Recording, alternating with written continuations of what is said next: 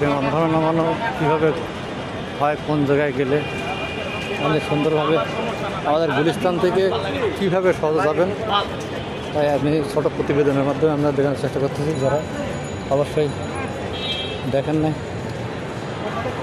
তাদের থেকে এখন মেট্রো রেলে যাইতে হবে। বিমান ওঠানো নামানোর ল্যান্ডিং টেক অফ ল্যান্ড করানো শেখানোর জন্য যাচ্ছি। অবশ্যই আমাদের ঘুরে দেখে আমার বাংলাদেশ থেকে সারা থাকবেন, তারা দেখতে পাবেন। এখন আমরা সচিবালয়ে থেকে মেট্রো রেলের টিকিট কাটবো। এখান থেকে আমরা ওঠে যে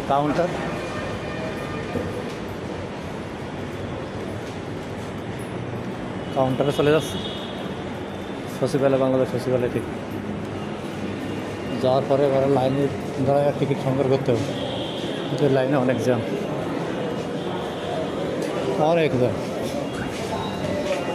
সচিবালয়ে অনেক ভিড় হয়। এখন কোন লাইনে যে যাওয়া বলতে দেখতেছি, ল্যান্ডিং লাইনে দাঁড়ায় হয়ে গেছে। এখন এখান থেকে কাঠ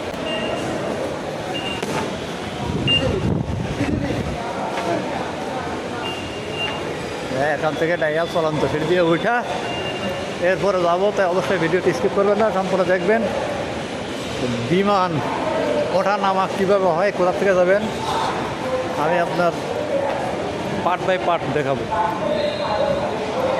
যাতে টিকিট সংগ্রহ করার পরে আরও চলন্ত সিঁড়িতে উঠে চলন্ত সিঁড়ি দিয়ে উঠে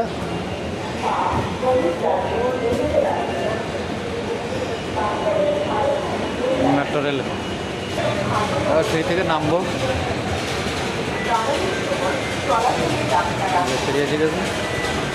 নামবো, নামার পরে ফের নিরাপত্তা করবো। একটু দেখাইছে অনেক আগে। এবার এসে এখান থেকে সরাসরি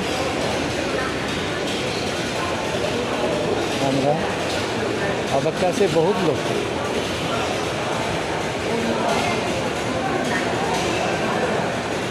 এখানে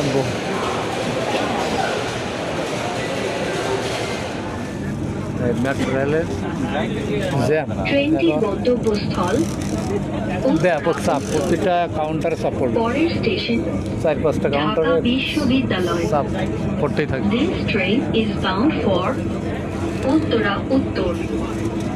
Next station is Dhaka University. নেমে গেলাম, এখান থেকে যাব এখন পাওনিয়া। দেখি কোন গাড়িতে যাওয়া যায়, রিক্সা যাইতে হবে, কিসে যাই তারপরে দেখাবো। এই যে লিফট, এখান থেকে নামলাম, চলে যাচ্ছি।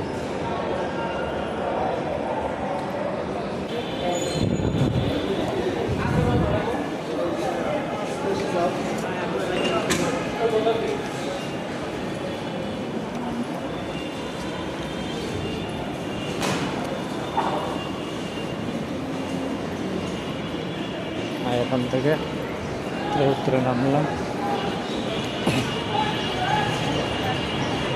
নামি এখানে রিক্সা অথবা এই যে উত্তর স্টেশন রোড ওটাই দেয়, এখানে নামানো অনেক ভালো লাগে।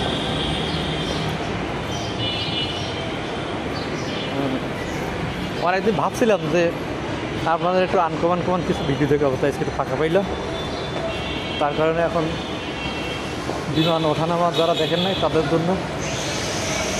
তবে হ্যাঁ, আপনারা যদি ফলো করেন এবং পাশে থাকেন তাহলে সারা বাংলাদেশের বিভিন্ন জায়গায় ঝুঁকি নিয়ে যাবো ইনশাল্লাহ, দেখানোর চেষ্টা করবো। তাহলে চলুন এখন আমি রিক্সা করে যাবো পাওনি।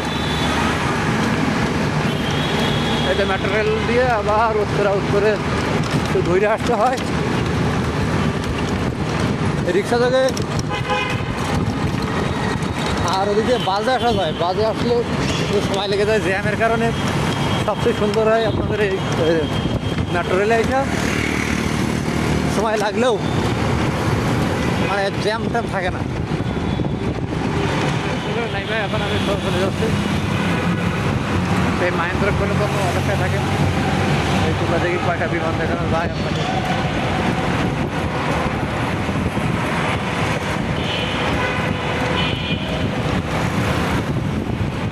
বটতলে চলে আসলাম, এখান থেকেই একটা বিমান উপভোগ করা যায়।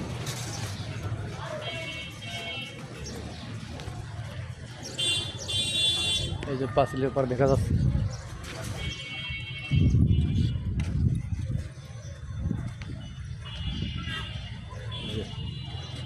এয়ারপোর্ট।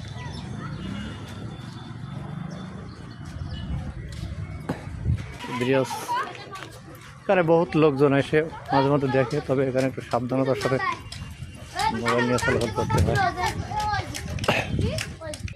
ওই যে দূরে দেখতে পাচ্ছেন একটা টেক আপ করার জন্য একটি চলে যাচ্ছে,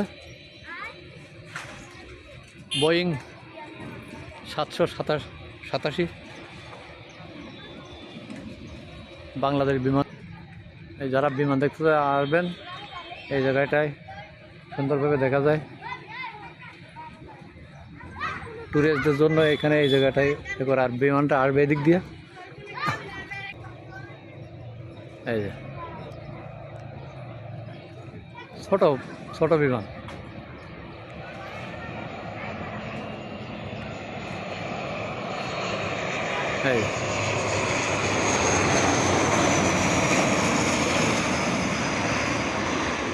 এই ল্যান্ড করতেছে।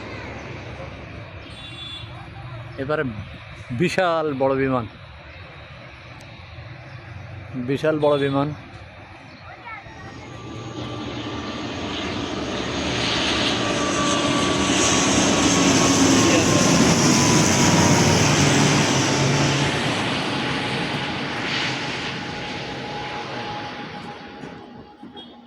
ল্যান্ড করতেছে।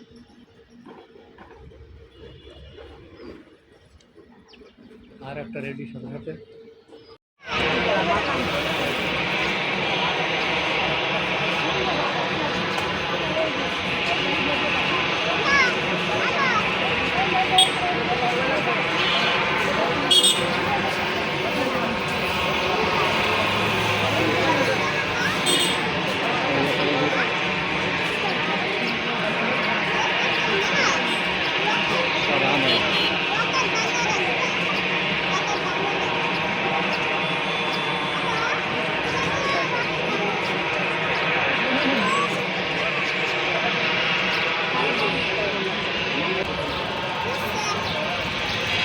যে রানওয়ের থেকে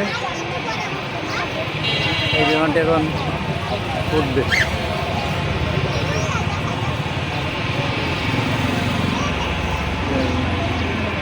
অপেক্ষা আছে, একটা বিমান আসতেছে, একটা বিমান আসতেছে। এই হেলিকপ্টারও আসতেছে।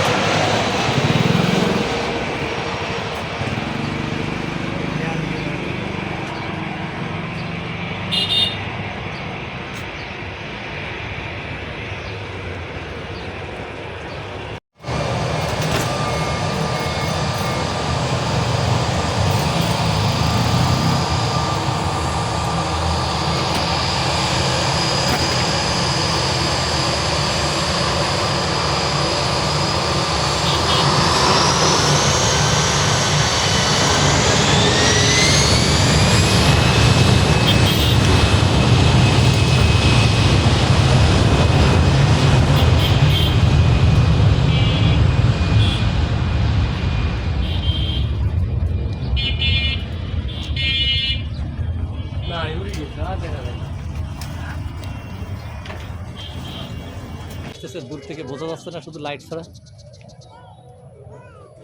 এই যে লাইট জ্বলতেছে, এই যে লাইট জ্বলতেছে, জুম করে দেখানোর চেষ্টা করি। এই যে চলে আসতেছে, এই যে লাইট জ্বলে চলে আসতেছে।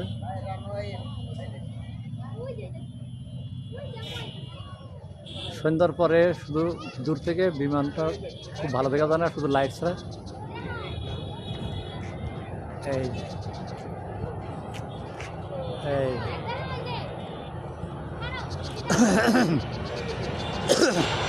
ইউএস বাংলার